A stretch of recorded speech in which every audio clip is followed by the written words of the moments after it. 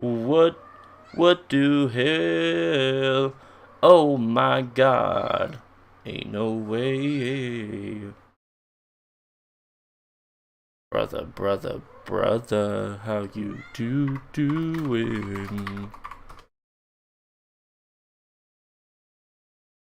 I can tell when someone's lying. Of course, you put a fucking ad on this genius video.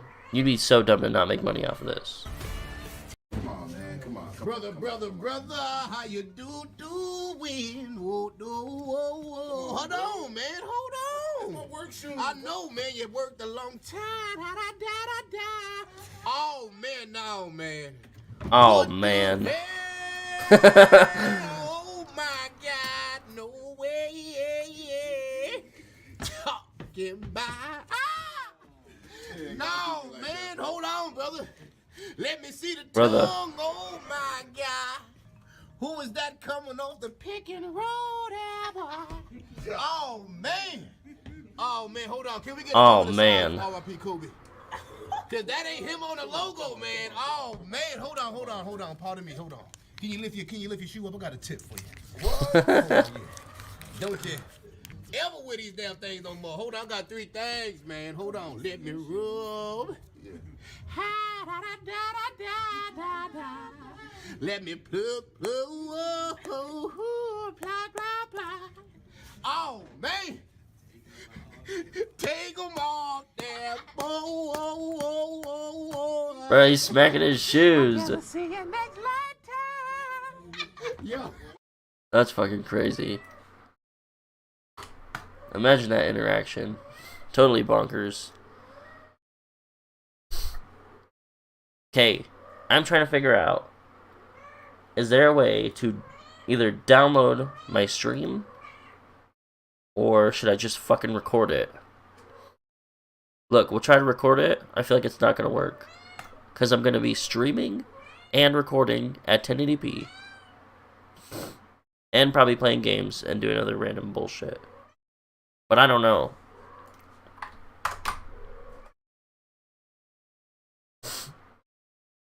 Fucked up. Like, what if we're playing a video while we do this? Is that going to be too much?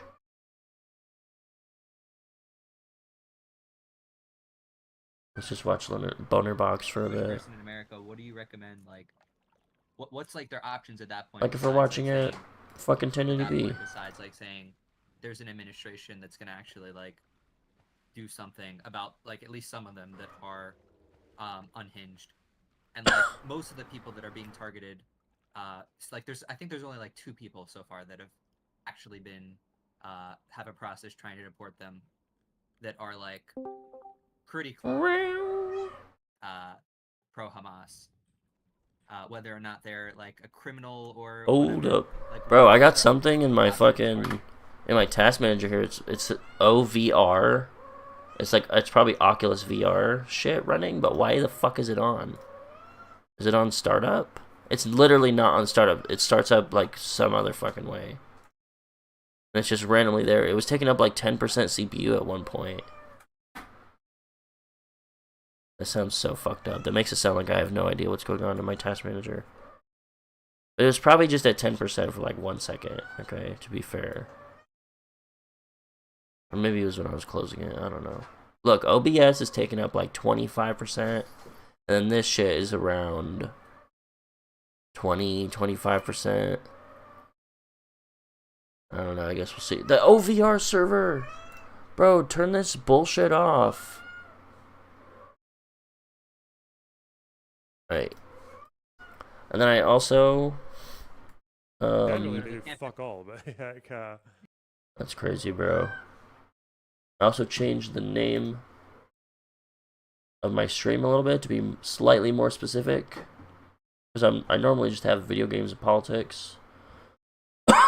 So, yeah, we also got the Israel shit and the Dean Parker shit. I don't think that's actually a big deal. But just like when every single one is the same name, or just like a random meaningless name, I'm like, fuck it, dude. Meow. Shut the fuck up. What the hell? Oh my god. No way. No way. No way. That's crazy. I don't know what I want to do. Yeah, I wanted to see how to download YouTube streams. Can I download them?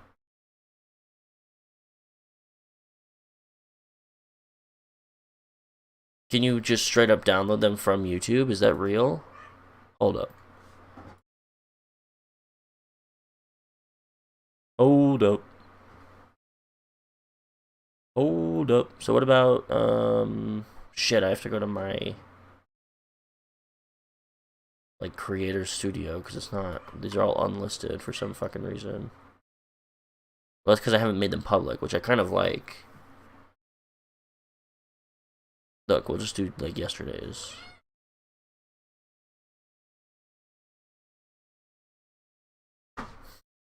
Dipshit cat. Dipshit cat. So look, here's yesterday's stream. Oh, download. No fucking way. You can download the video? Oh, download this video with premium. How much is premium? I might have to fucking get it. Because that's just so easy, but I'm sure there's an easier way to, or there's like a different way to do it, but how much is this shit? It's $14 a month? $14 in this economy? In this economy? Let me check my bank.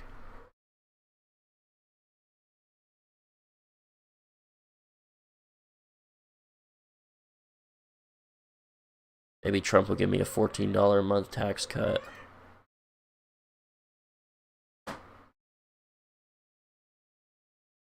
What the hell? Oh my god. Look, okay, this is obviously weird. We're just gonna try, like, a website.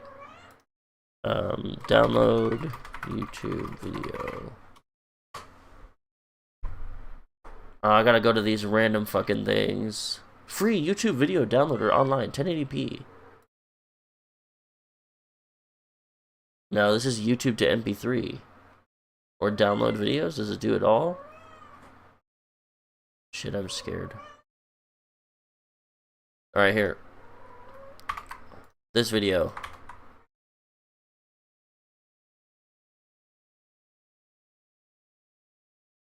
MP3, 360p.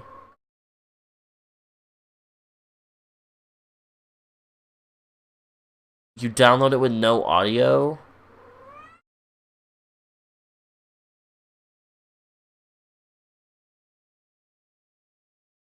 Bruh. 1080p 60. Oh, this is, oh man, oh man. It says use iFly video downloader. Then it says install now. What is iFly video downloader?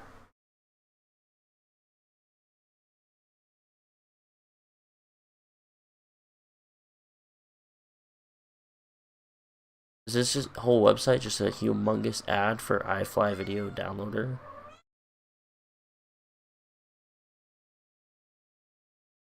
Shut up, cat. Shut up, cat. Also, how long would it take to download a 3-hour 1080p video? Would it take 3 hours? I don't know. Look, for now, we're just gonna record. Because, like, I can just record the fucking video on my PC. We'll see, I'll keep an eye on the task manager, I guess. That's pretty important. Can I put this somewhere where I can see it?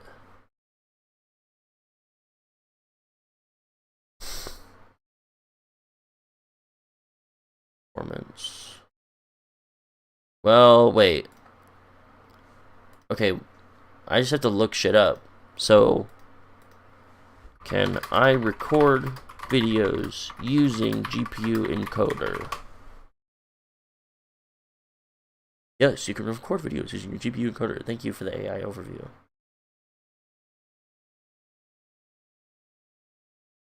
Well, if that's what I'm using anyway, then it should be fine.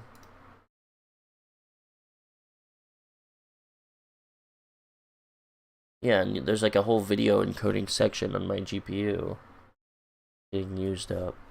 Because we're doing 1080p 60 FPS right now, right? Okay, good.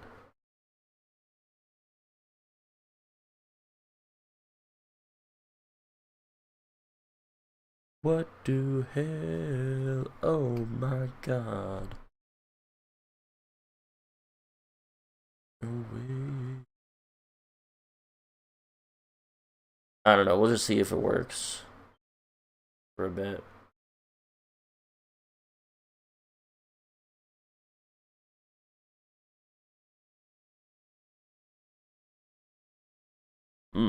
Banana. Alright, let's get some content. Chill for a bit.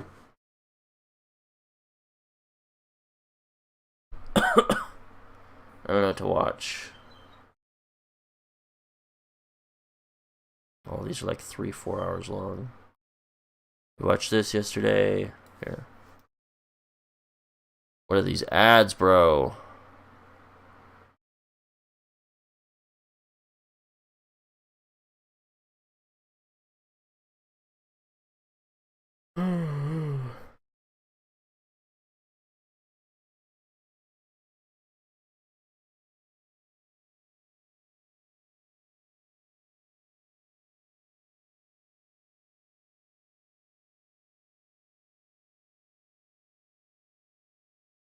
Bananas.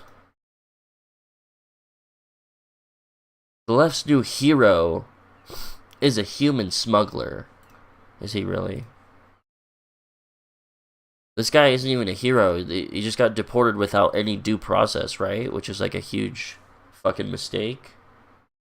You guys are watching Loaded Box, right? Today with a tweet Oh, saying no. 80% China tariff, quote, seems right ahead of the talks. So we'll see how that plays out. Sean Donnan joins us. He is senior economics writer for Bloomberg News. Based down in Washington, D.C. Seems Very cool. Yeah, I don't know. Should we read about this guy?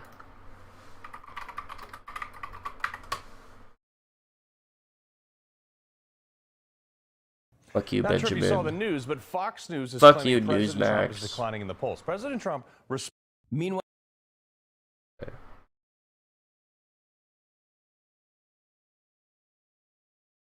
Alright, here's just straight up Wikipedia, okay? Jesus Christ. It's alright, it's not that long, it's Wikipedia. Alright, settle down.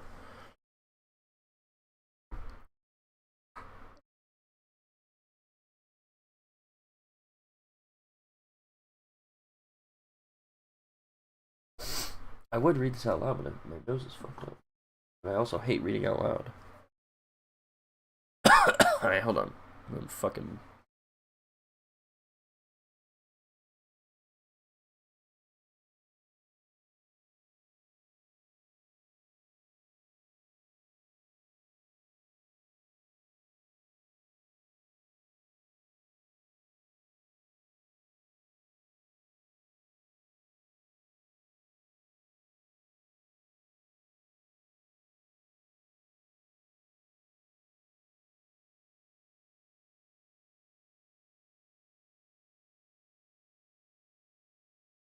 Okay.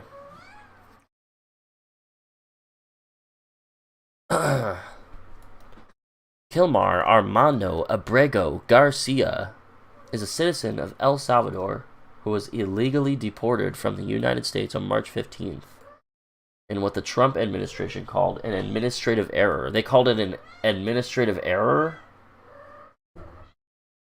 Bruh. He was imprisoned without trial in the Salvadorian maximum security terrorism confinement center. That's fucking awesome. Holy shit. Literally the terrorism confinement center. Despite never having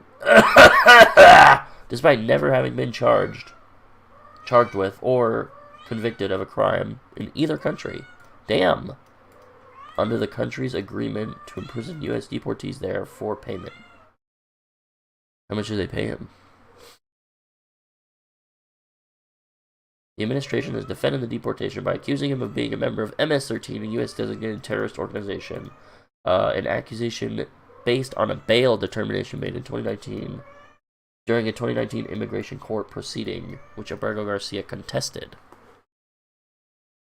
Okay.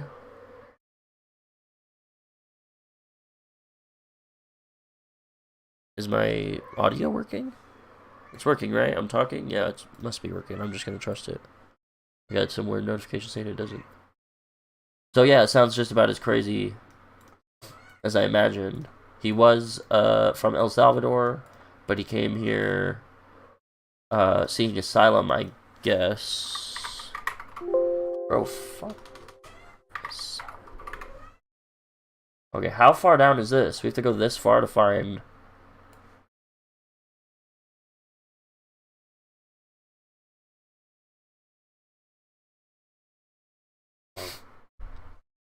Okay, that's a different thing. Okay.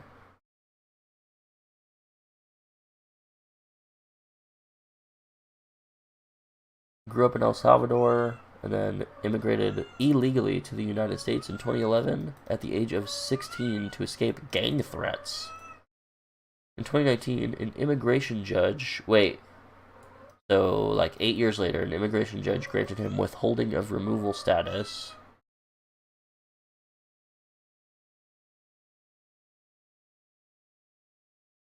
Prevents him from being deported due to the danger he faced from gang violence if he returned to El Salvador. That's crazy. Alright. This status allowed him to live and work legally in the United States. At the time of his deportation in 2025, he lived in Maryland along with his wife and children, all American citizens, and was complying with annual check-ins with ICE. Bruh. That's crazy. Hold up.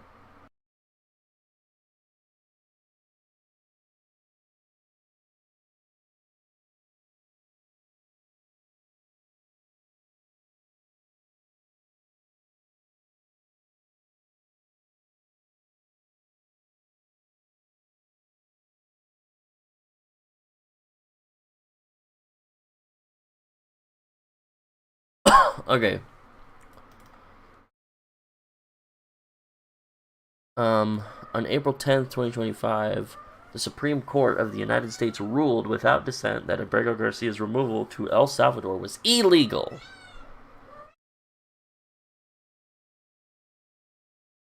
Crazy. The court rejected the administration's defense, which claimed it lacked the legal authority to exercise jurisdiction over El Salvador and secure his return. Okay. Supreme Court Justice Sonia Sotomayor noted that this argument implied the government could deport and incarcerate any person, including U.S. citizens, without legal consequence, so long as it does so before a court can intervene. Yeah, pretty much. That's fucking awesome. Okay, Supreme Court required the U.S. to facilitate Abrego Garcia's release, but stopped short of a lower court's directive to both facilitate and effectuate his return. Instead, directing the lower court to clarify what it meant by effectuate. Okay. The administration interpreted facilitate to mean it is not obliged to arrange his release in return.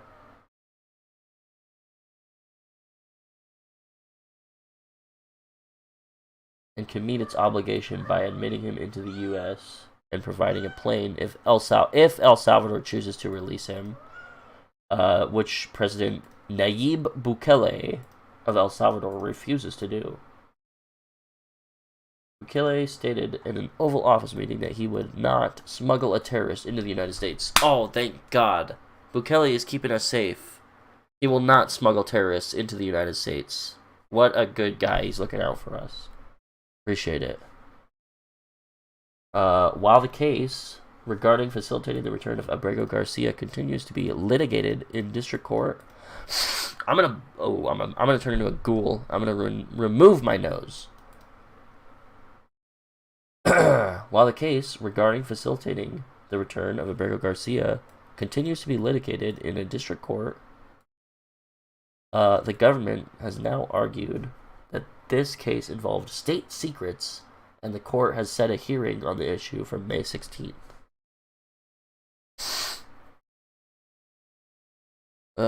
U.S. Senator Chris Van Hollen met Abrego Garcia in El Salvador on April 18th.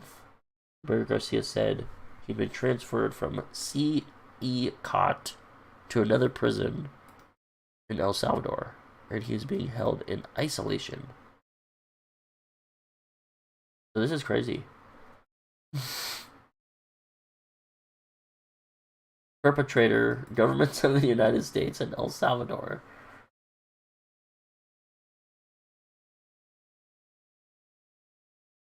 Concerning. So this is a guy who did come here illegally, but it seems like he wasn't dangerous, he wasn't a terrorist. He literally had a wife and kids, and he had been here for 8 years. He was complying with ICE. And whatever bullshit court gave him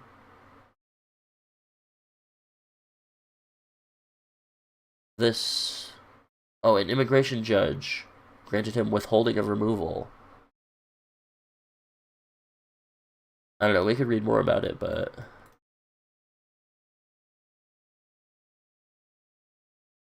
kind of exactly what I expected, I guess, for the most part. This is the stuff I've heard. The big thing against him, obviously, is that he was... he immigrated illegally. This seems to be true. But, like, he was a normal guy that was just living in the U.S. and was, like, complying with everything. And then he got totally fucked with no due process, and now he's in, like, isolation in El Salvador. That's crazy. How did this guy even get randomly targeted by these people? I don't know, bro. Well, information continues to emerge about Kilmar Abrego Garcia, the hero of the left who is visited by an actual United States senator, supposed victim of the Trump administration. Now, according to Breitbart News, Kilmar Abrego Garcia is being investigated by the DOJ after a convicted human smuggler told the FBI that he hired Abrego Garcia to smuggle illegal immigrants into the United States, according to a new report. What? So you guys picked the wrong victim, man. According to Breitbart News, Kilmar Abrego Garcia is being investigated by the DOJ after a convicted human smuggler told the FBI that he hired a... Wake up, Ethan.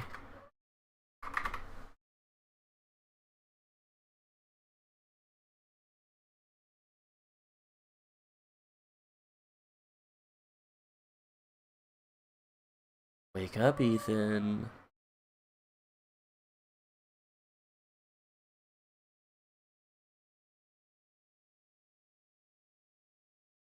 Abrego Garcia to smuggle illegal immigrants into the United States, according to a new report. So you guys picked the wrong victim, man. Again, the Democrats are apparently utterly incapable of saying two things at once. Kilmar Abrego Garcia should not be in the country and seems to be a quite bad person. Should not be in the country and seems to be a bad person. He had like a wife and kids. He was complying with ICE. I don't know that much about his personal life, but it seems like he was just a normal fucking guy. And also, everybody is entitled to some level of due process. Yes. Thank you, Ben. Absolutely. Now, to be fair, Republicans are also having a difficult time holding those two thoughts in place at the same time. That's true. So the Democrats are like, no, he's probably wonderful. He's a Maryland father. And then it turns out that he has been for years accused of being an MS-13 gang member, and his wife made repeated police reports about him beating her. And sought orders of protection. Is that true? I don't know how much I want to dive into this. I don't know. We'll mostly focus on the due process stuff. Against him. And we'll just listen to what he has to say. A piece of body cam footage from 2022 where troopers pull over Abrego Garcia, and there were 9 people inside the car, none of whom had luggage, which looks a lot like a smuggling operation. But, yeah, again, because everything's stupid, we can't hold two ideas at once. So, Senator Lankford from Oklahoma, he has come under fire, James Lankford, for saying the obvious here, which is that Kilma Abrego Garcia should not be in the country, and also, even illegal immigrants have certain rights to due process. That does not amount to like a full jury trial. Typically, before you're deported, you have a hearing before a judge, and then we throw you out. That's what due process amounts to. Here was Lankford. What's been confusing on this is some people see due process like as an American citizen. That's a right to a jury trial. That's all those different things. That's not true for due process for someone who's not a citizen of the United States. It's a different process. It's often just literally what people call an immigration judge is not a typical federal judge or a state judge. This is someone that's in the bureaucracy that they're tasked for DHS. What? Fuck off. You like that, Enzo? Actually, Mark. DHS is that task on it. So they're a government employee career. That's an immigration judge. So it's a very different process for it. But yes, there's a need to be able to give an opportunity for someone to be able to make an argument before they're removed in the country. Okay, so apparently this is too much. This very, very moderate statement that Lankford is making here, which is saying that there are actual procedures for deporting people, and you're supposed to follow those procedures, and a court will hold that. This was apparently too much for some people on the right who were angry and fuming. Cat Turd, who, again, amazing to me that a person who calls himself Cat Turd has wide on Twitter appeal and also impact inside the MAGA movement. But, you know, we live in a brand new world where all voices are considered equally wise. He said, I'm so sick of these fake-ass weak cowards in the Republican Party running to fake news CNN to undermine the voters and the president. How is that undermining the voters and the president? Seriously. Lankford is in favor of the deportations. He's just saying that if you actually want to accomplish this, you have to follow the process because otherwise courts will stop you, which is true. Like, are they stopping? But the idea that Lankford is some sort of traitor for saying the obvious, which is that pursue a good policy in the most precise possible way in order to achieve success. If you want President Trump to succeed, then you can totally agree with his ends and also believe that the means that he is applying to achieve those ends need to be well calibrated. I can totally agree with what he's attempting to do with China while believing that the way he's approaching it is the wrong way and probably destined to backfire. Now, when it comes to illegal immigration, I can praise the means and the ends. When it comes to the southern border, he's been unbelievable on that. The administration's been incredible on that. I can praise Tom Homan's this guy. I think he's great. Our borders are. Borders I can are. praise what Kristi Noem is doing, generally speaking. I can also say, I think we should say, that actually due process rights under the Constitution, as the courts have already ruled, requires some form of process before people are removed. And the Trump administration is best served by expediting all those processes to remove people faster. Because otherwise, you're going to end up in court interminably, fighting these battles for no apparent reason. We'll get to more on this in a moment. First, for no reason. You need to listen to this. Did you know somebody can literally steal your house? I don't mean like they pick it up and they carry it away. Process before people are removed. And the rights Kristi Noem is doing, generally speaking. I can also say, I think we should say, that actually due process rights under the Constitution, as the courts have already ruled, requires some form of process before people are removed. And the Trump administration is best served by expediting all those processes to remove people faster. Because otherwise, you're going to end up in court interminably, fighting these battles for no apparent reason. We'll get to more on this in a moment. First, I don't know what the fuck that's supposed to be, but okay. Like home out and triple over its where pages and pedal lock deportation.com. Promo code Shapiro. Right, there's plenty of stuff the administration can do to facilitate deportation, including, by the way, cracking down on sanctuary cities. The acting ICE director yesterday mentioned that the Trump administration is going to start going after sanctuary cities. Here's the acting ICE director, a man named Todd Lyons. So we're going to support men and women in law enforcement. We're going to go out and take these public safety threats out of the communities. Well, when people like the governor of Illinois bar law enforcement from working with another law enforcement agency, it just absolutely makes no sense. Yeah. Sanctuary laws just make it so hard for us. Okay, that is right. That is right. And so going after sanctuary cities for violation of law is well worthwhile. Again, how do you go after them? Equally and consistently is a very, very good idea. Applying it inconsistently, policies being applied in wild fashion does not actually achieve the goal.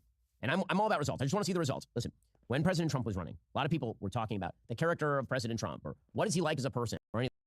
To me, when you look at your politicians, that stuff should be basically irrelevant at this point in time. We are well beyond the point in American history since the Clinton era where character was the deciding factor of presidential election. Just is not. It isn't. That's why Mitt Romney wasn't president in 2012. Okay? The thing that matters most right now is, does the plumber fix the toilet?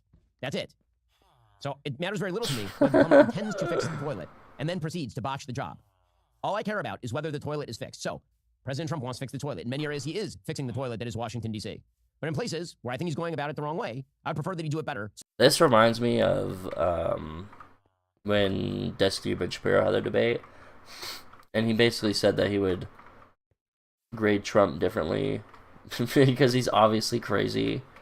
So this is funny to hear him say that, like, oh, obviously the character, like at this point, the character of the president doesn't matter. And, which is something like, if you're smart, you have to own that in the Trump world, because Trump's character is garbage. But yeah. So the toilet gets fixed. And I don't think that pointing that out is a critique of Trump as a president or as a human. I think it is an attempt to call for the right direction to be taken to achieve the actual goals. If you want to succeed, the only thing that succeeds is actual success. Well, meanwhile, Doge continues to uncover serious waste, fraud, and abuse. The Daily Wire has a fascinating Serious. piece. Luke Rosiak, our intrepid investigative reporter, has a pretty amazing piece, Where Our Money Was Going via USAID. According to Luke, when Department of Government efficiency aides showed up at a small USAID-linked federal agency called the African Development Foundation in March, its management locked the doors and refused to let them in. A fired board member sued to stop Doge. The group was lauded for resisting Doge's demands for access to U.S. ADF systems, including financial records, payments, and human resources systems. But according to several former employees, it may have been that the actual objection was something else entirely. That the actual objection was that there was a bit of impropriety going on, shall we say. According to Luke, the African Development Foundation has an annual budget of just $45 million, but operating out of sight and out of mind. It might have been the most corrupt agency in Washington, D.C. Its employees have been sounding the alarm for years about a culture of self-dealing, abuse, anti-white discrimination. By law, the agency is only allowed to give grants to Africa-based groups, but to move money through African entities and then back into the United States to pad the salaries of D.C. bureaucrats and pay friends and former employers, according to employees. Until the Doge takeover, which culminated in U.S. Marshals ordering building security to let Trump administration officials in, the agency was led by CEO Travis Adkins, who arrived in 2021 after working at USAID. An assistant to Adkins said, after she asked why her paycheck was lower than agreed upon, Adkins informed her the remainder would be coming from an overseas account. According to this woman, Adkins sent me an email connecting me with a guy in Africa who asked for my banking information, and then that guy wired me $17,000. Okay, all of this is really, really sketchy and has led to accusations of international money laundering.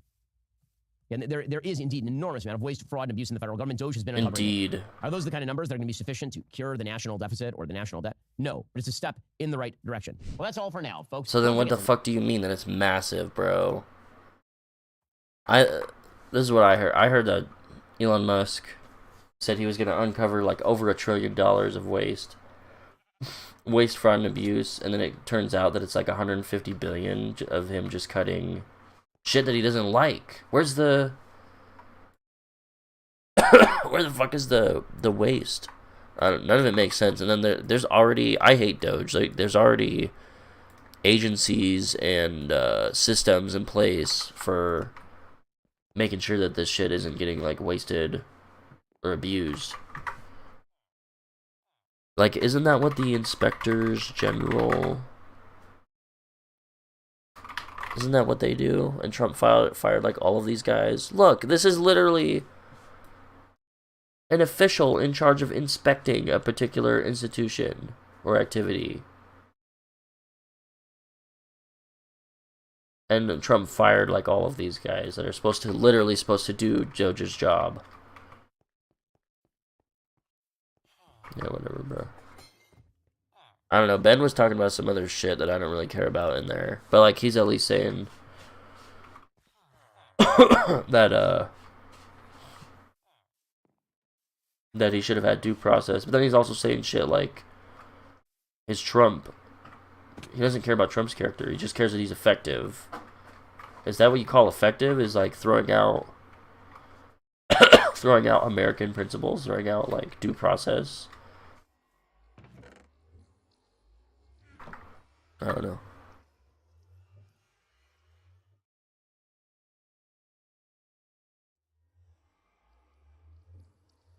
What the hell?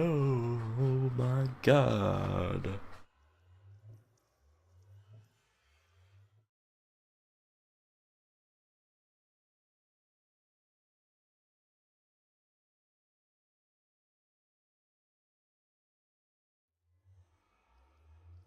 Joe Biden gives first interview since leaving the White House. Should we watch it?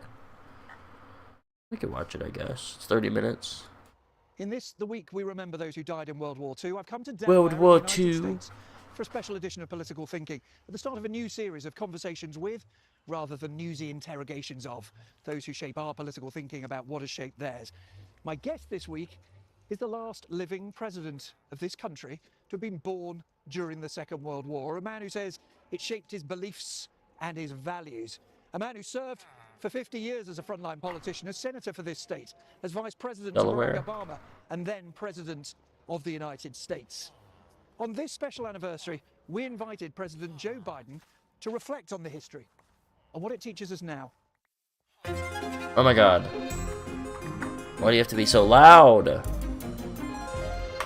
I'm told you know this place. I know this place. Yep, it's Hotel DuPont.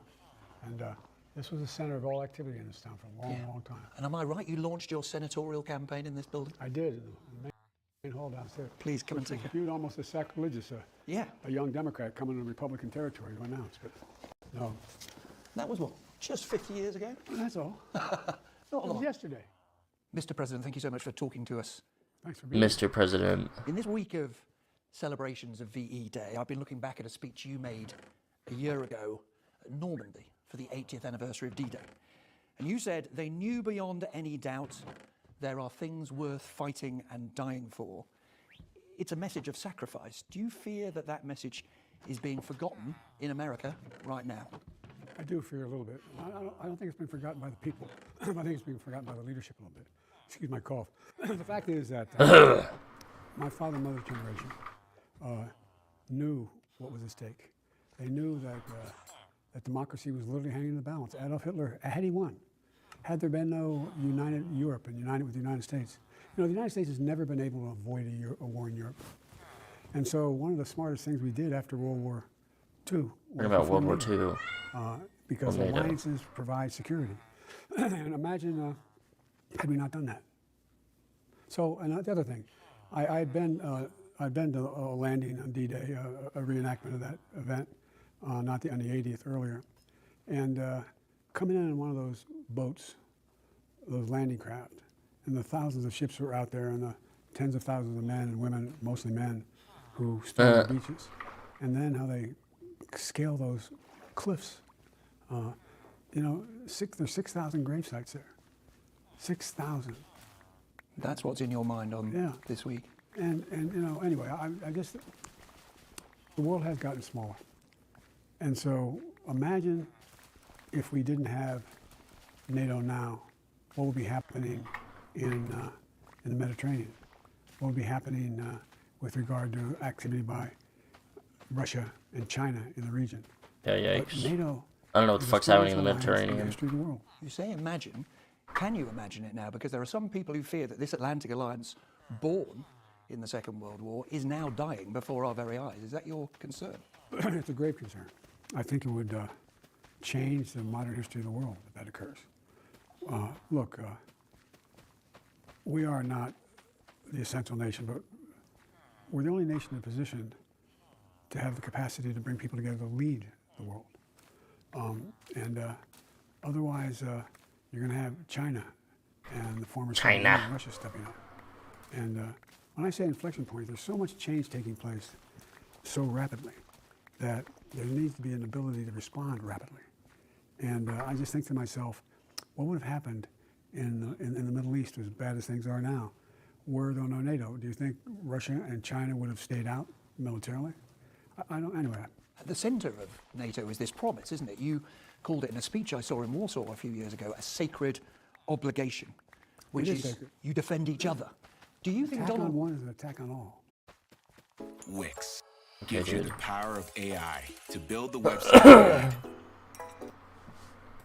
Do you believe that obligation is still respected by Donald Trump? Well, he doesn't say it is. And I think the rest of the world, I know one of the only advantages of being the old guy is that I've known every major world leader in the last 30 years, and I've known them personally. And I know all the major world leaders today. And I can tell you, the last meeting of the G7, the meeting of NATO 7, anyway, or the G20, which is a larger group, as we left the meeting, almost every world leader would pull me aside and say, we got to keep NATO.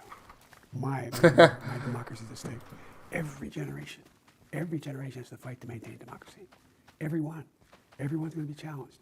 And we've done it well for the last 80 years, and I'm worried that there's a loss of understanding of the consequence of that. You've talked about a great threat to democracy. Do you really believe that there is a greater threat now to democracy than at any time since the Second World War? Yes, I do. Because, I mean, look at the number of European leaders in European countries. They're wondering, well, what do I do now? I mean, what's the best route for me to take? Can I rely on the United States? Are they going to be there? Not alone in the United States. Will this stay together?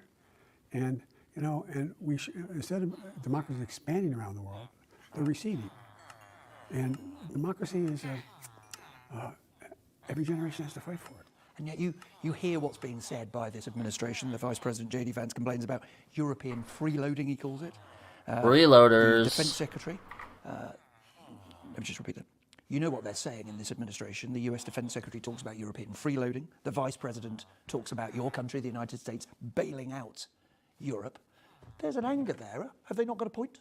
No, they don't have a point. Look, you have of all the NATO nations, almost all of them are 2% right now.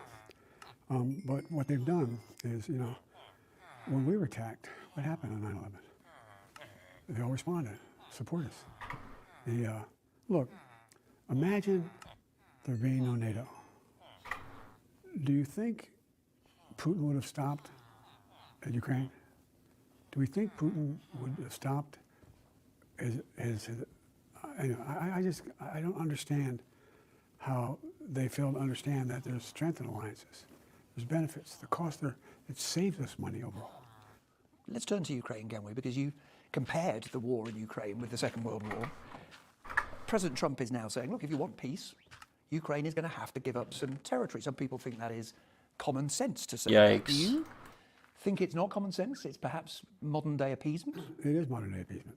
Look, listen to what Putin said when he talked about going from Kyiv into Ukraine and why. He believes it's part of Mother Russia. He believes it's historical rights to Ukraine. He talks about Eastern Europe. What this man wants to do is reestablish the Warsaw Pact. He can't stand the fact that the Russian dictatorship that he runs, that the Soviet Union has collapsed. And anybody thinks he's going to stop is just foolish. And look, we have $1 trillion economies with economic exchanges with Europe. I just don't understand how people think that if we allow a dictator, a thug, to decide he's going to take significant portions of the land that aren't his, and that's going to satisfy him, I don't quite understand. So you call it appeasement. What might happen if the Trump administration says, look, that's the deal. You've got to give this territory up, at least temporarily? What? You, sir.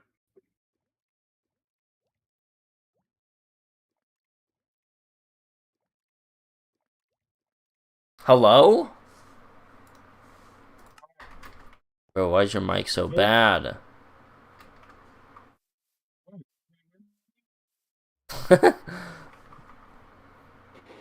Hello? Oh, it's hello. I can hear you at least. Okay, well, I tried turning in video broadcast on. What, is that what fixed it or what broke it?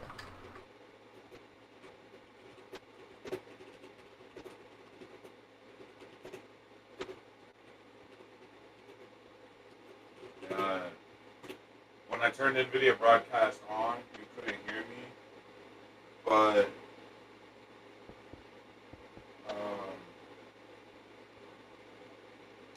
I tried to turn it on to be nice, so you wouldn't have to listen to my wind machine, but it's really hot.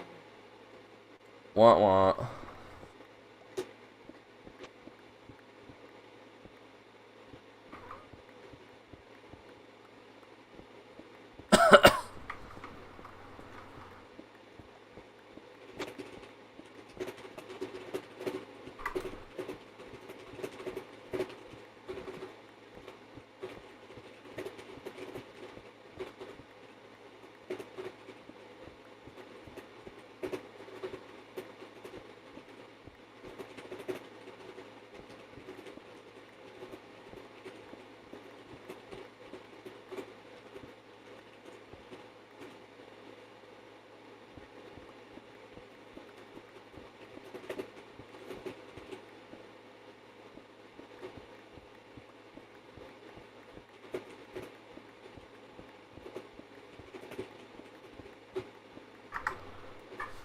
Typing noises.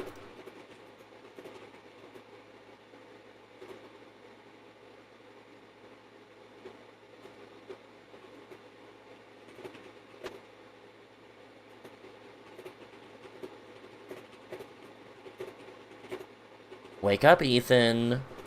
Wake up, Ethan. Wake up. Ethan, wake up. Wake up, Ethan. Wake up, Ethan. Ethan, wake up. Hi, sorry. Jacob said he would give me a joint and some shrooms. And I was asking him, I said if I could walk over to his house, and he said yes. And I said, desperation for some non-plastic weed because the weed at Terps tastes like plastic. Yikes. And then I was like, or perhaps I'll be lazy and see if I can gaslight you to drive over here in exchange for a breakfast sausage and toast and a fried egg. Ooh. And I was like, I'm too lazy to walk if I don't have any other choice. My mom doesn't get off till too late, so I either gotta walk or gaslight you, lol. That's fucking awesome. I'm gonna wait and see what he says before I leave.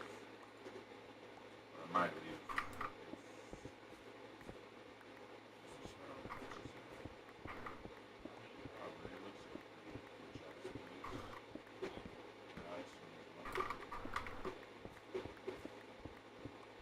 Is or isn't the correct place from. Either is or it possibly isn't. It's so real. Ah, is in fact the correct place.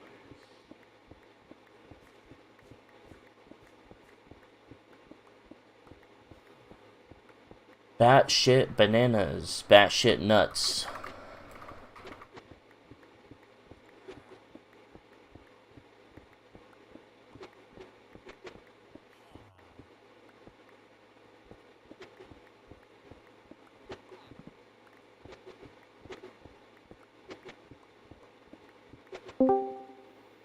What? Hi. Hello, cutie. You want to play Baldur's Gate? Bald? Yeah, so I was gonna say, basically, here was my plan. I have food on the way already because I'm a lazy bitch, and my stomach doesn't hurt anymore, but my head still fucking sucks dick. So you have DoorDash. Ooh, Yeah, what's 'cause I'm a happening bitch. to me? So One my sec. plan is, I'm in a cutscene. good.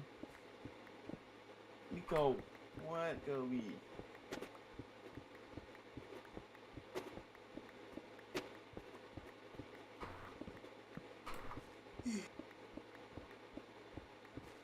Wait, what's your animal's name? Okay. What were... I didn't name her. I didn't name her, but her name's Liko. Oh, Liko, okay. Yeah. Okay. What were you saying about that? I'm a bitch that screams. Your Basically, my plan plan what? is food get here, me eat food, me see when girlfriend go on lunch break. She's gonna stop by the house on a lunch break because she forgot to take her meds this morning because she went into work. It's the second day back at work. She was on vacation all last week and she got her days mixed up and she thought she was supposed to be in at like 6 today. She turns out she needed to be there at 5. Oh, oof. Yeah. Awful.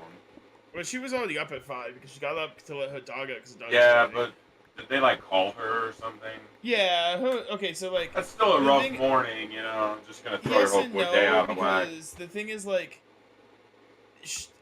fucking, I actually like am super jealous of natural groceries. I'm not even gonna lie to you, because like these Yeah, people I've are heard fucking good shit actually about chill as fuck, bro. Because like she works with this guy named Mitch.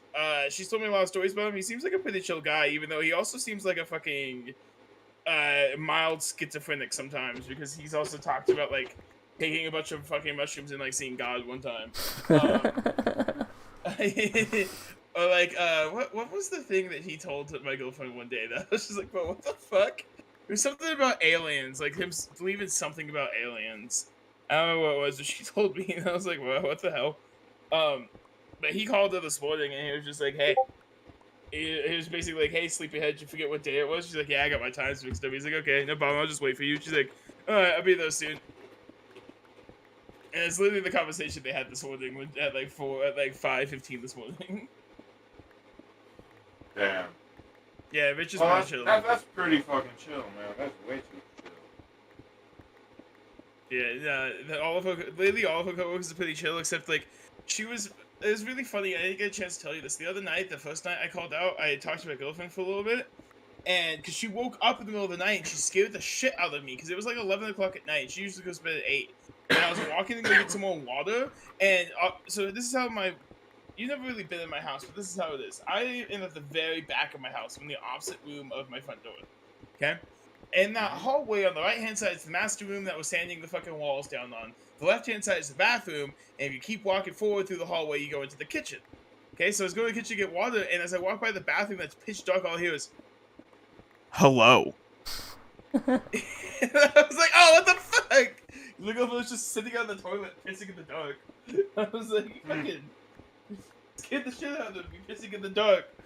But anyways, what happened was, I guess she got a text from her assistant, because it's only her and her assistant. She got a text from her assistant saying, basically, the ordering's really messed up. And so on average, they usually order about 3,000 a month, I think she was saying, right? Not a month, a week. They owe like $3,000 of produce like a week or something. She told me that her sister was telling her that the store manager ordered for her while she was on vacation, and it was fucking 10K. They just ordered like 4 times the normal order by accident. Yeah, she was like, bro, she's like, I don't know what the fuck they did. And I'm like, what the fuck, dude? It wasn't 4 times, more like 2.5 times, but still. And it turns out it wasn't even the fucking manager. It was her assistant ordered a bunch of fucking shit. I'm not gonna make my like, character just yet. I just wanted to invite you to the lobby. I'm sorry for interrupting you. I'm just saying this really quick because I want to communicate with you and I want to kind of like figure out what we're gonna do before I make my character. But we have other things to discuss first. I just wanted to invite you to the lobby. Proceed what you were saying. Oh yeah, so I went on a tangent about that, but basically. Yeah, you're coming on a lunch break to take her meds. After I eat your food. Girlfriend's lunch break, then. Well, yes and no. If she's taking a lunch break later, if she's taking it at like 10 o'clock, I'll probably just drive by real fast and drop the shit off to you and then come back and play Baldur's Gate. Okay, but basically, after her lunch break, you say you don't mind driving by. Is that just the gist of it? Okay. Yes. Well, because like I don't really, I'm in no rush. I just don't want to fucking walk, and I don't know. It sucks going outside. I'd rather just play Baldur's Gate, and it will take me 30 minutes to walk, or it'll take you 5 minutes to drive, and we can spend that extra 20 minutes making our characters right now. You know what I mean?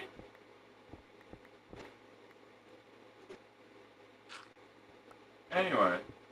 Wait, are you still here, or did you run away? I think he ran away. Yeah, he ran away. He can hear me, though. I know he can hear me, you little bitch boy, Jacob. I'm gonna kiss you in your sleep. You're not wrong. I'm just a lazy bastard that doesn't like to leave his house half the time, but I'll do it because I'll also be a good friend. You need what? I'm a lazy bastard that doesn't like to leave his house most of the time, but I'll do it so I can be a good friend. Bro, okay, first of all, that is not a requirement to be a good friend. That is, if anything, that's like an optional requirement to be an exceptional colleague. Like, that is a high-class citizen. See, it's nice that you actually think that way, because a lot of the fucking people I've met through my life is just like, well, you're never willing to do anything for me. It's like, yeah, but at the same time, bitch, what am I asking you for? And they're like, to play video games? I'm like, exactly! That's the only thing I ask of my friends. I just want to play games, bro. Bro. But people used to legit get mad at me for not, like, going out and, like, hanging out with them. And I'm like, bro, I don't like leaving my house. Like, yeah, I'll be honest with you, I maybe you. want to do that, like, once a month. And it's probably if I just want to go to the dispensary. I want this base, bro. I'm okay with doing it like once a month, but these motherfuckers like every other weekend, like, hey, let's hang out. And like I know we've been doing that. But like, I don't know, man. Really chill because it's like we hang out for like cool 30 minutes. If we're just sitting there, then it's man. Yeah, see, the messed up thing is like half the time when these motherfuckers want to hang out, it isn't like how we hang out. It isn't like we all hang out, smoke a little bit, chill out for like 30 minutes, all go home, play video games. It's they want to hang out like all fucking day, go drive around like Pueblo. Yeah, that's like everyone I've ever hung out with too. It's all goddamn day. It's like, bro, I'm terminally online. My computer calls. Okay. Yeah, I hear it. My soul hurts the longer. You know how many times I've like got over to Dylan's house, we all smoke, we get super high. Michael, you can attest to this way back in the day. Way back, we would all get over to the camper, everyone would get super high, and then we would just be like, man, you guys want to play League of Legends? And then we would just like all go home just so we could play some fucking League. That's fucking awesome. Like, alright, now just to wait for Dylan to get on, we can finally play. You would get home. Because me and Michael had no license. Back then, I wasn't the only one. So Dylan would drop both of us off and then run back home. Shit was epic. Man, I miss the olden times. I mean, we basically did the same thing. Me and you went to Dylan's camper one time, smoked weed, and like 30 minutes after being in his house, we're like, You want to go play arenas? And we were like, fuck yeah. Okay, so my first question is do you want to do origin characters or custom characters? And it's not like we can't just do a... Shut to hell. That's funny. Williams asked me to chat, and then Jacob joined right after to entertain him, so I'm good. That's fucking hilarious. Alright. I need to watch something. I need to watch some liberal propaganda. 1 hour, Ethan versus Hassan. Debate aftermath.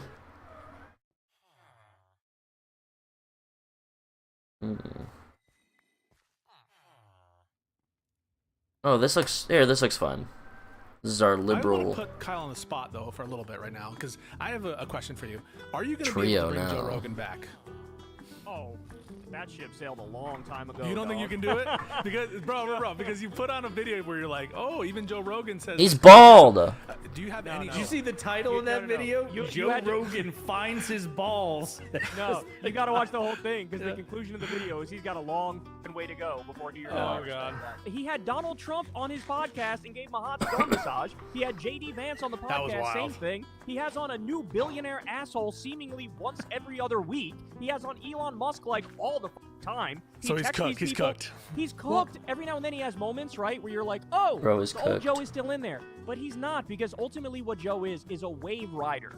Hey, folks, please like, comment, and subscribe. And make sure Hey, to check out my folks. newsletter. Information is in the Be sure to like and comment that and the subscribe. ban-in strategy has outlived its usefulness, like they've reached like the end of their tether with that, or do you think it's still going to have quite a bit of utility, like Trump just spamming shit out as quickly as possible in order to, like Signalgate's a good example. So we talked earlier about the recent scandal with Pete Hegseth, which is basically Signalgate 2.0. Signalgate was the biggest controversy that made a meaningful impact in Trump's approval rating, even more so than the January 6 pardons. It was the Google searches for this were off the charts. And then it seems like for the past several weeks, nobody was talking about it because finally the Trump White House was like, okay, we just need to shut the fuck up about it. We refuse to answer questions about it. Caroline Levitt standing up there saying, we've already addressed this, move on. And the media just let it go, right? In a way, by the way, they never would if it were a Democrat. We all know this. If it had been President Clinton, President Hillary Clinton, President Biden, President Obama, or whatever, under similar circumstances, it didn't matter if their press secretary said, we're not going to talk about it, the media would be relentless in this. But they gave up. They kind of threw up their hands. And so I'm curious, do you think that You want me to say it's bad? Controversies, like even the Abrego Garcia case, do you think that they have serious staying power? Do you think ban-in strategy is paying dividends? That's such a good question. I don't know. I feel like it works to an extent, but it also backfires to an extent. Yeah. Like, Trump is great at shifting the reality, like molding the reality as he wants it. But as I always say, reality eventually catches up. And so Signalgate stuck. Definitely the Kilmar Abrego Garcia thing stuck. And what was interesting is there were other stories too. Andres, for example. This was another guy. He was a gay makeup artist who was sent to the El Salvador Gulag. And like, Is that true? That being like, oh my, this is insane. Like, everybody should be talking about this. But the one that stuck was Kilmar, and the reason why Kilmar stuck is because the DOJ admitted in court that this was an administrative error that we sent him there. And so, since that was what the administration said, and then they doubled down and said, like, we're not doing anything to change it, he's staying there, that's what stuck about it. But I think you're just going to keep seeing this happen, right? Where something will stick out every couple weeks. That'll be the thing that everybody's hair on fire talking about nonstop. They pound the administration into the ground, which is good. They drive his poll numbers down 2 points, 3 points. Then the next thing comes along, exact same deal, 2.3 point going down after being hammered. Guys, I'm turning on MSNBC these days, and they sound like us. I'm serious. I'm listening to them like, holy shit, did I just hear Nicole Wallace praise AOC and Bernie Sanders and say that Donald Trump is a fascist? Yes, I did. And so we're gonna get to the point where I think this is gonna keep happening until he bottoms out at his 26 to 33 percentage points. But it's working in the sense that they're getting the stuff done that they want to get done, but it's backfiring in that they are paying a price for it in the sense that they are losing support by the day. I totally co-sign and agree with what Kyle just said. I think that a lot of these stick for certain populations. The best example of this, I think, is Canada. So in the Canadian population, and then I love the 51st. I don't remember where I saw this. I think it was just straight up Trump, or at least like the MAGA followers they're like constantly denying the use of polls for approval rating. Like people will say like, look, Trump's approval rating is going down. And they're like, no, those polls are totally fucking made up and all this shit. But then a lot of them you could find posts of them being like, look, everyone loves Trump because his approval rating is high. That's awesome. Totally fucking awesome. State, 51st state, 51st state. And then Trump shut up because someone told him, hey, you're crashing the election for the conservatives. But it stuck. Same thing with some of the Doge stuff, right? The Doge stuff, they stopped talking as much about the Doge stuff. That Elon is on his way out. Doesn't matter. It stuck for a lot of people. And so I think there are diminishing returns to this. And the different motions of the administration have real material impacts on people's lives. So, for example, if you were fired because of Doge, it doesn't matter that the media moved on from it. You were fired, the same thing with Canada, or I think the Kilmar case, that's another instance where people are fearful. Like right now, who knows if it'll have saving power? I think it will. But some of these other ones that the media kind of glanced over, the gay makeup artist, for example, you brought up, Andrew, I think is whatever his name is. I'm sorry for not remembering it. That's how dare you, Pisco? Right? The minute that a more like a personal story comes out, or if we find out that he's been harmed or something, I think that there are a bunch of these little landmines that they left for themselves that can come up at any moment. The same thing happened with Signalgate, right? We thought it was the end of that story, and now it's renewed. And so one of the problems I think with flooding the zone is you leave a lot of area for chipping away at popularity that over time accumulates, and you leave a lot of mines for yourself that can develop into problems, especially when you have incompetence at the level that we're seeing. If that gay barber, for example, if God forbid, I'm not rooting for it to happen, but God forbid, if something were to happen to him, in prison, he's bald. That would be, I think. Why is Hutch bald? I can't take him fucking seriously at all. I can't. What's wrong with him? That would be really bad for this administration. I Sorry. think that is incompetence at the level that we're seeing. If that gay barber, for example, if God forbid, I'm not rooting for it to happen, but God forbid, if something were to happen to him in prison, if he were to die, for example, I think that would be really bad for this administration. I think that is an event that would, these things have a tendency of like catching fire really quick. And all it takes is just like, I mean, we saw what happened in 2020. It was like 3 police shootings, and all of a sudden there's months of protests. Right. That's a human story that I think horrifies anybody with some level of empathy. You talked about like the 25% floor. Sometimes I see all the crazy shit that happens, and sometimes I genuinely think the only thing that would like reverse this shit is like a crazy horrific, like either a crazy horrific story or like multiple crazy horrific stories that people can just resonate with that is like clearly fucked up. I don't know, sometimes I think that's the only thing that could switch people up in any like substantial way, but I don't know. Get the fuck out of the way, bro. Holy shit. 5% of people in this country would be able to immediately identify like how horrible that was. So I wonder if the administration is aware of that, and if they're maybe asking what's his name, Bukele, to maybe move him to a different. We know that Kilmar was held at a different place. Yeah, right. Yeah, and I wonder if that's. I wonder if the administration reached out and said, look, we want him there, but we don't want anything to happen to him. So that's very possible. Did you guys see the autism awareness tattoo guy who got sent? So he's got a 15-year-old brother with autism who he like helps take care of. And this is just a normal guy who like works a bunch of jobs and looks after his autistic brother.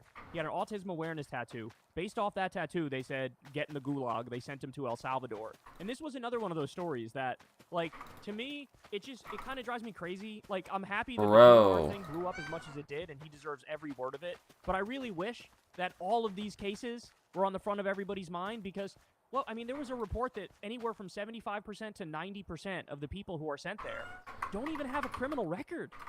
Like, what are we talking about here? It was CBS. Like it was 60 Minutes.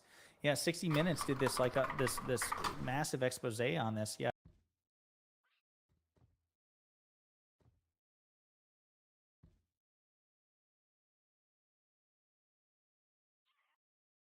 Pickle Rick. I haven't even heard about this shit this guy is saying. Kyle Kalinske.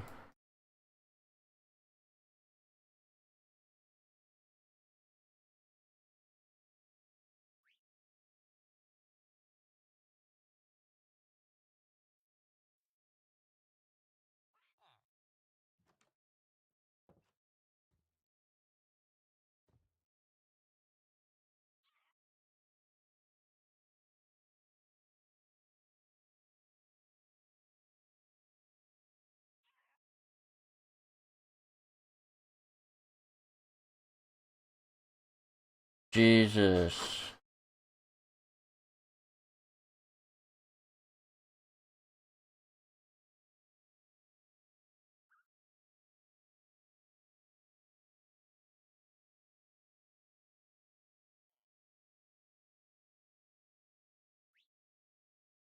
Okay, here. Pew Research Center reports that the total population of illegal immigrants in the U.S. is estimated at 11 million in 2022, with California continuing, as compared to 10 years prior, to have the largest population of such persons. Fucking California. It's always California.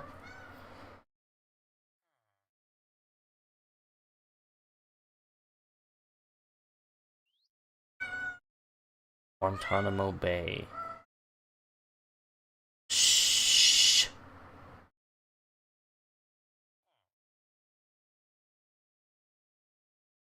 This is nuts. Yo, cat, shut the fuck up. Okay, this is something I'll read about more later. This doesn't really go over any of the specific...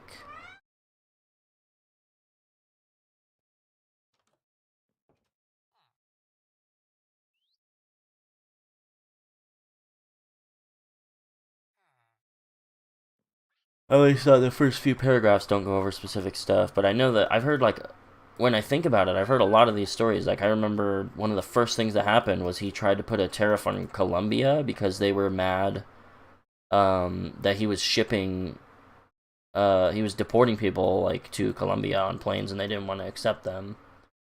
And then I heard something else about that one guy that was deported for doing, like, a pro-Palestinian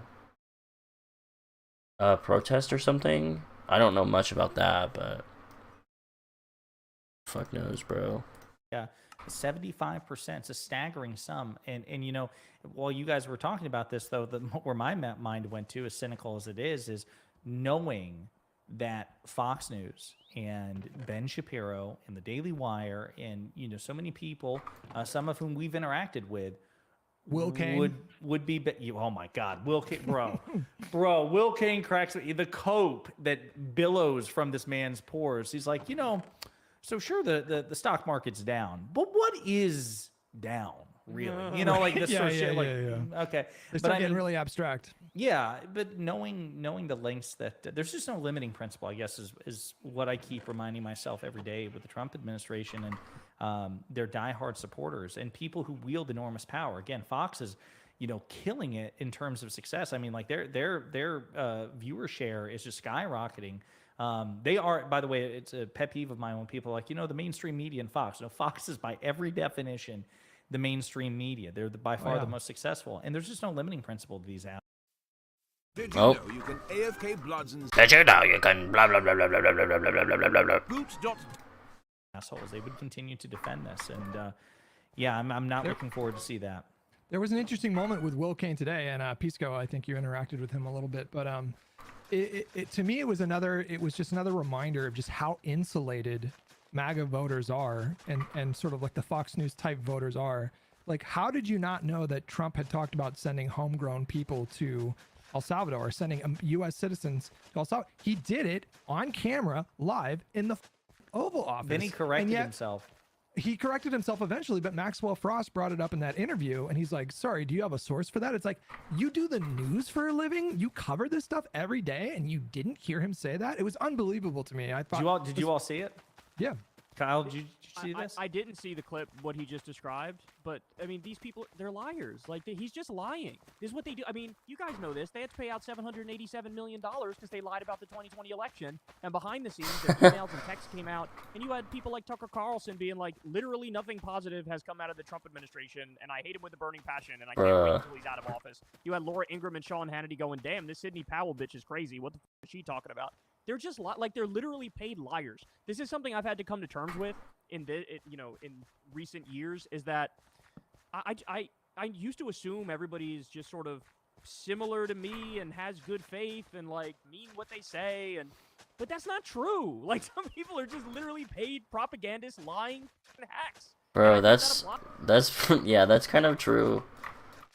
With the Republicans, is that like a lot of these guys behind the scenes obviously don't like Trump, and they'll like try to kind of step out, or they have at least before, but they always step right back in line. But it's really funny that Republicans will play the even if they don't like Trump, they'll play the politics game and support him just to keep all that power. That's really crazy. And then yeah, I think we were just talking about this on stream yesterday, watching Destiny or whatever.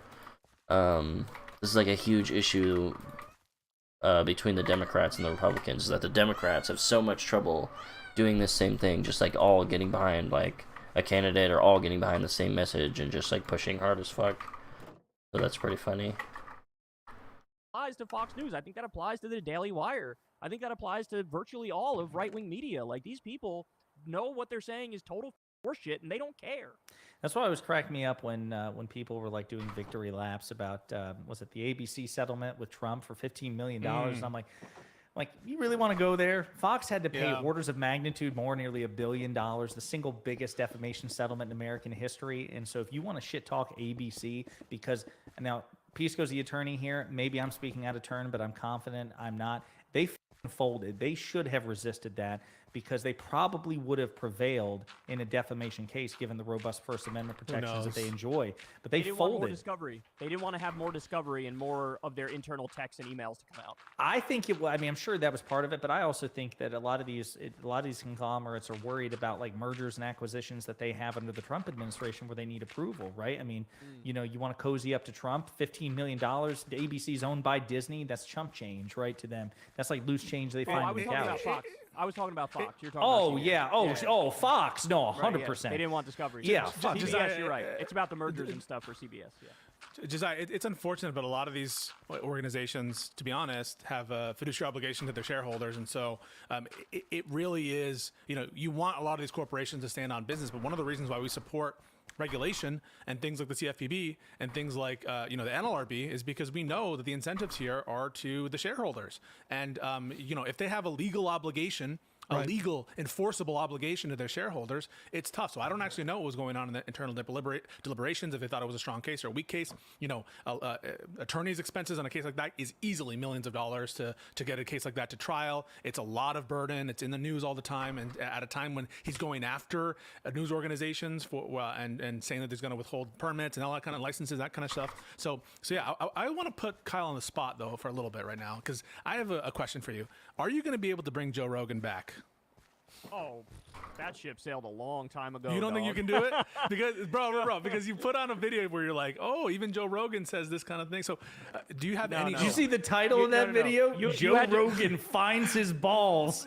No, you got to watch the whole thing, because the conclusion of the video is he's got a long way to go before he. Oh God. Back. No, like what I tried to do that, Pisco, when I used to go on his show. I've been on his show like 5 or 6 times, and I knew my mission going in there is like, this guy has a giant audience. I hope that I can expose his audience to some left-wing ideas, and I think I can convince him of said left-wing ideas.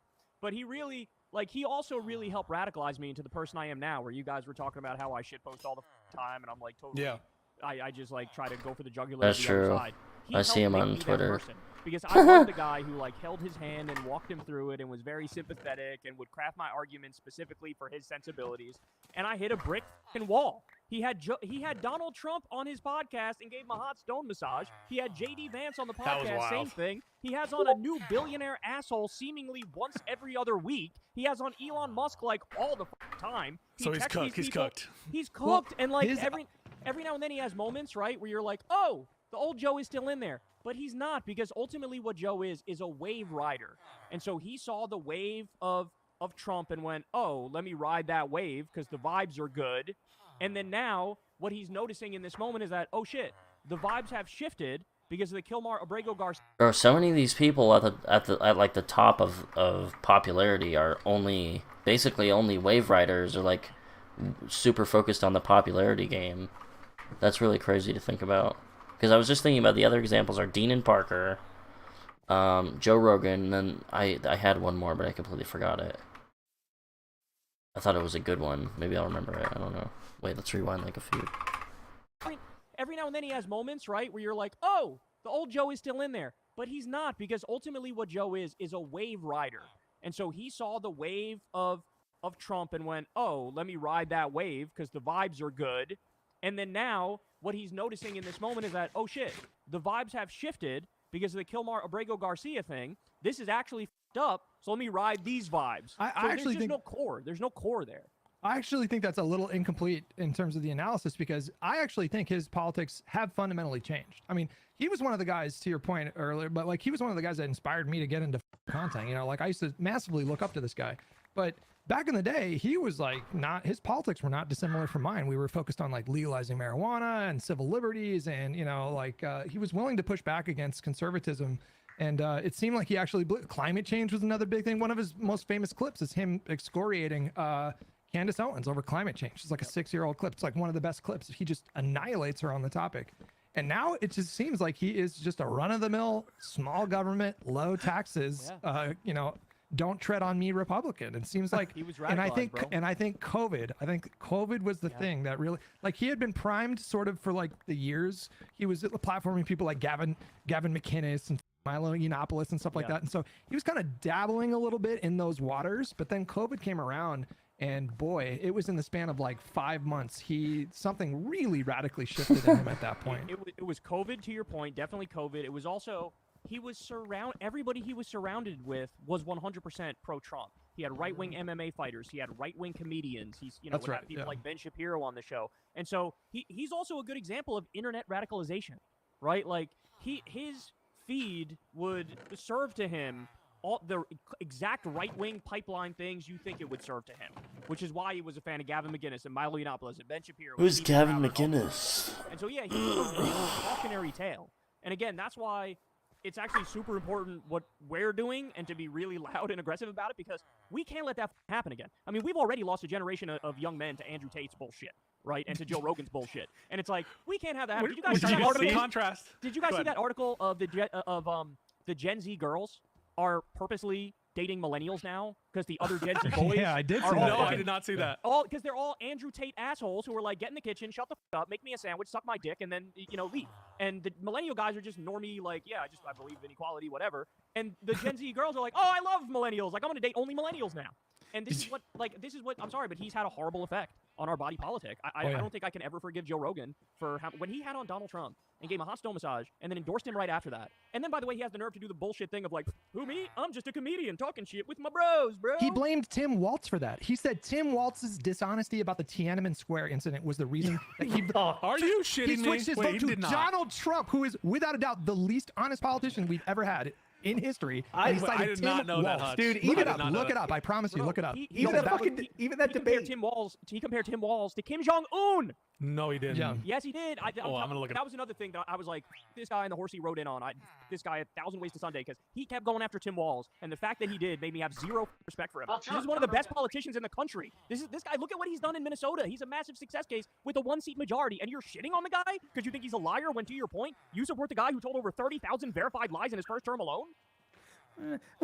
I remember that point in the VP debate, and this is where again, it was a further affirmation that the media is just genuinely when they hit JD Vance with so you recently said that, you know, Haitians in Springfield, Ohio were eating cats and dogs, and of course it's been debunked. Would you like to address it? And then of course he fumbles his way through an answer, and then they turn to Tim Walz. So 30 years ago, in one setting, you said that you were in Tiananmen Square, when in fact the receipts show that you were in Hong Kong, you know, 2 months before. And you can just see the look on Tim Wall's face. And so then he's like, you know, I misspoke. I was hyperbolic. I fudged the timeline. It was the pause. And then he was done. And then they wouldn't move on. That awkward pause where it's like, no, that was a period. That was the end of the sentence. I want to coach him. I want to debate coach him. I feel like there's potential there. That's the one area where he's kind of weak is in debates, but he's so good in interviews, and he's so good in media hits, and he's so good at a town hall. And like, I think he was overcoached. I really would love to talk about that. Like, it looks like the Kamala team overcoached him, and he doesn't realize that part of the secret sauce is, but part of the secret sauce is like, bro, just be yourself. You're so good off the rip. Like, just do it Okay, off the rip. now I understand why a common boy is not fucking talking. It's because he's on his phone with the worst mic in the entire fucking world. I was like, where's this noise coming from? Did I unmute and I'm listening to William's mic? What the fuck? He should have ended with, I can't believe you asked me that question. Right, after you just referred to this guy over here saying something in the past 3 weeks. But this is the false equivalence, this is the asymmetry. It was funny, you all were talking about Joe Rogan, of course. So many things were popping through my head. I remember where he had to explain the importance of building regulation or construction and Dave regulations. Rubin. Dave. Oh yeah, Dude, that's what? another good Dave one. Rubin, bro. Yeah, That guy that was blocked good. me. That guy Dave blocked Rubin me. was like, competition's going to kick in, and there's No, that's and like Rogan was like, actually, safety regulations are hella important, bro. And then he lectured him for like 10 minutes about that. Yeah. Yeah, he's had some bangers. See, the Candace Owens one was great. You know, the climate change with Candace Owens one was great. He had some bangers, but that guy's not there anymore, bro. I wish he was. He's really not. And then the other thing that annoys me is like, not to single out Jank here, but like Jank will find one thing Rogan says in a podcast that's wall to wall him deep throating Elon Musk in front of the world. Take the win! And he's like, oh, look, bro, on this tiny area, there's 0.2% agreement with us. Therefore, he's leading the revolution against Trump. It's like, shut the up. Jesus Christ. He's like, see, I was right. This is why we have to have MAGA diplomacy. I mean, look, you know, it's ridiculous to assume that everybody would change their minds. Who believes that? Of course, you know. And then it's so funny. Pisco. That's the Whitmer strategy. That's the Newsom strategy. I was disappointed about Whitmer. I mean, how do you put yourself in that situation? Oh my God, dude, come on. And now Wasn't that's there gonna a clip follow of you her, around. like, literally covering herself. Hiding. At first, I thought that was fake, but it turned out it was real. No, you can't be doing that. You can't be doing that. Just I got a question. Sorry. Yeah, I'm No, sorry. that was it. I got to dip out, guys. I'm sorry. Yeah. I got No, that's it. We're good, man. I appreciate it. Hey, I appreciate Thank all you, you Kyle. guys too. Keep up the good work. You guys got a great podcast. Yeah, Thanks thanks, for coming on. guys. All right, And then my pleasure. Crazy. That's crazy. Yo, that's fucking crazy. Alright, I'm done for now. I'm gonna get off. I liked this little thing. We tested the recording and the streaming. And it was pretty laggy, I'm not gonna lie, but it was a little better than I expected. I thought it just totally wouldn't fucking work. But yeah, we're done here for now. I might get back on later. Maybe not. I gotta work later today. Fuck this shit, bro. Either way.